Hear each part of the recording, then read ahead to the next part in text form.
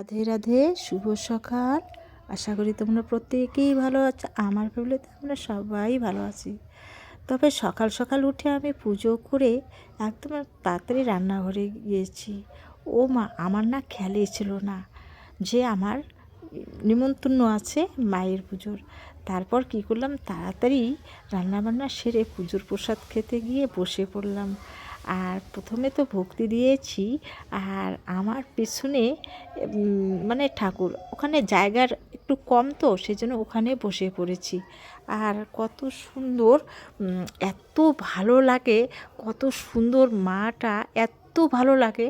আর এই যে মালিক, এই যে উনি বাড়ির মালিক, আর এখানে এই যে এক দোকানদার বসেছে, একসঙ্গে তার মেয়ে, আমিও এসেছি, আমি বসেছি, আমার মেয়ে আছে, সবাই মানে পাড়া প্রতিবেশী, আমাদের বাড়ি থেকে বেশি দূর না। আর কত সুন্দর দেওয়া দেওয়া করছে, এত ভালো লাগছে, আমাকে খুবই ভালো লাগে। এমনি তো পূজার এত আনন্দ, এত ভালো লাগে, সত্যি কথা। উনি আগের দিন যেতে বলেছে, কিন্তু আমি যেতে পারি নাই।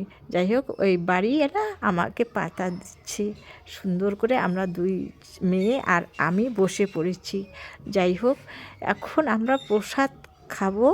প্রসাদ খেতে খেতে অনেক কিছু দৃষ্টি দেখতেছি, এক দৃষ্টি দেখতেছি, কত সুন্দর লাগছে।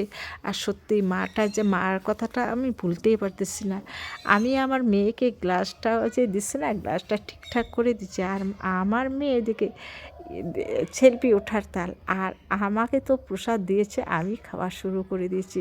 আর প্রসাদটা যে এত সুন্দর হয়েছে না, একটা ঘ্যাট দিয়েছে, এত সুন্দর হয়েছে প্রসাদ। আর অনেক কিছু মনে মনে ভাবতেছি যে আজকে আমার খুব, গতকালও গেছে নিরামিষ, আজকেও নিরামিষ। এই নিরামিষ খেয়ে তো আমি বাড়িতে মাছ টাছ কিচ্ছু খেতে পারবো। এদিকে তো মাছ বাড়িতে রান্না হয়েছে, কিন্তু মাছ কেমন করে খাবো, নিরামিষ খাচ্ছি।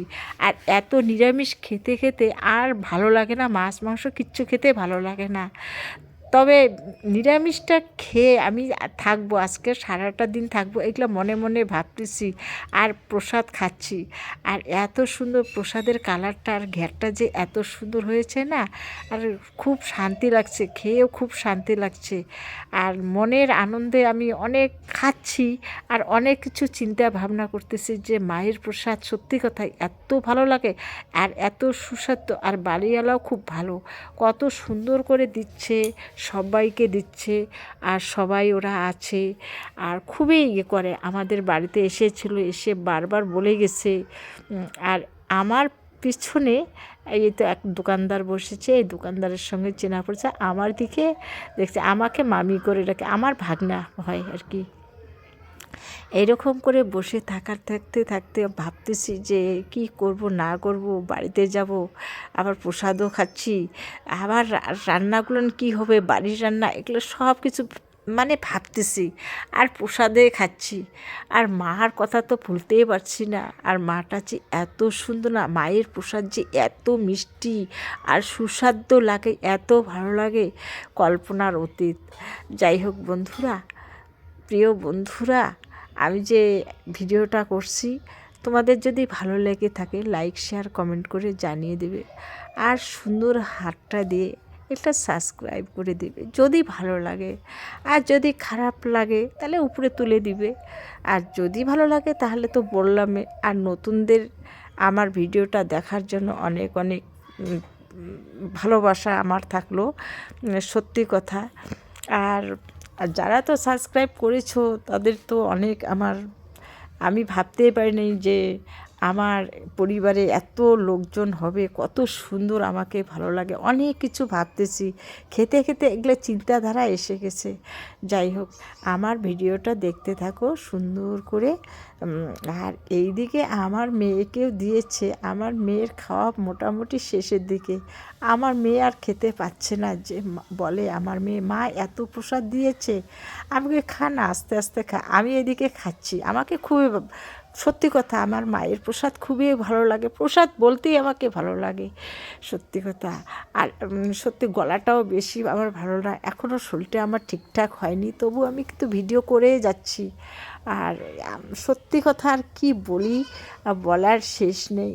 সত্যি মায়ের পুজোর প্রসাদ খেতে খেতে অনেক কিছু মনে মনে পরিকল্পনা করলাম যে বাড়িতে গিয়ে কি করব না করব।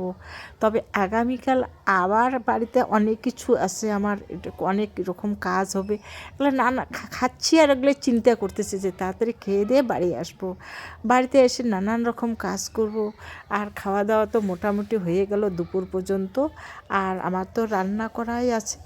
আর বাড়িতে গিয়ে সারাটা দিন আমি কাজই করব। এগুলা ভাবছি, খাচ্ছি কিন্তু আমি যে খাচ্ছি খেয়েও আমার শান্তি নেই। তবু আমার একটা চিন্তা মনের মধ্যে, যে সংসারের জন্যই চিন্তা শুধু করি, সংসারটা কীভাবে কী কাজ করব না করব। ওই কাজ মানে কাজের মধ্য দিয়ে সব কিছু চিন্তা করি, খাওয়ার মধ্য দিয়ে চিন্তা করি। চিন্তা করতে করতে যতটা আমি এগিয়ে যেতে পারি, আর যতটা আমি কাজ করার পরে আমি বসে না থেকে একটু ভিডিও তৈরি করি, যে বসে থাকে। আর অন্য জায়গায় বসে বসে আড্ডা মারাটা আমার ভালো লাগে না। আমি মোবাইলে প্রিয় বন্ধুদের সঙ্গে আড্ডা মারবো, তবে আমার ভালো লাগবে। তাছাড়া ওই এখানে গেজানো ওখানে গেজানোটা ভালো লাগে না অনেক সময়। তারপর আমি কি করলাম, আমি ও বাড়িতে একজনের বাড়িতে ঢুকলাম, বাড়ির সামনে পুজোওয়ালা বাড়ির সামনে ঢুকলাম আর কি। ওনার বাড়ি হচ্ছে পিয়ন, যাই হোক ওনার সঙ্গে আমার বিশেষ খাতির। আর এই গ্রামের একটা বউ, দুইজনে অনেক গল্প করতেছি যে আমি ভিডিও করব, অনেক রকম কথা বলতেছে যে আমরা যাওয়ার জন্য এক জায়গায় প্ল্যান করলাম, ঠিক আছে বুধবারে যাব, এরকম আমরা তিনজনে প্ল্যান করলাম, সুন্দর করে যাব, অনেক রকম কথা। যাই হোক এই বউটার সঙ্গে আমার খুবই খাতির, যে দিদি তোমাদের বাড়িতে অনুষ্ঠান লাগাও না। আমি কই ঠিক আছে লাগাবো, তোমাদের বাড়িতে আমার যাওয়া হয় না, অনেক রকম কথা। বউটার সঙ্গে বেশ খাতির আমার। আর পাড়ারে বউ দিদি দিদি করে ডাকে আমাকে। সত্যি কথা বউটা মানে আমার সঙ্গে সেলফি ওঠার খুব ভাবে যে আমি একটু সেলফি উঠি তোমার সঙ্গে, কিন্তু বউটা কারণবশত আমার সঙ্গে সেলফি ওঠে না, অনেকে পছন্দ করে না, ছেলেরা পছন্দ। আর এই যে আর একটা বউ আছে আমার হচ্ছে ভাগনা বউ। এই ভাগনা বউ খুব ভালোবাসে আমাকে, আমিও ওনাকে ভালোবাসি, খুবই ভালো আমার সঙ্গে, খুবই মানে সবার সঙ্গে আমার সম্পর্ক, আমার সব ঠিক আছে। যাই হোক এটা আমার বানানো কোনো গল্প না, বানানো কোনো কথা না, যা চোখের সামনে দেখতেছে সব সত্যি কথা। আমি কোনো লুকোচুরি কথা বলি না। লুকোচুরি কথা আজকে বলবো, কালকে আমার তো ফাঁস হয়ে যাবে, দরকার কি। তিনজনে অনেক গল্প করতেছে, কোথায় যাব না যাব একটু গল্প করতেছি তিনজনে বসে। তো ঠিক বসে না, ভুল বললাম, দাঁড়ে দাঁড়িয়ে গল্প হচ্ছে। আমাকে অনেক বসতে বললো ভিতরে, আমি কিন্তু বসলাম না। তবে আমরা এই তিনজন গল্প করতে করতে প্রায় এখানেই আমাদের গল্প শেষ। যাই হোক আমার ভিডিওটা যদি ভালো লেগে থাকে লাইক শেয়ার কমেন্ট করে জানিয়ে দেবে। আজকের আমার ভিডিওটা আজকে এই পর্যন্তই থাকলো।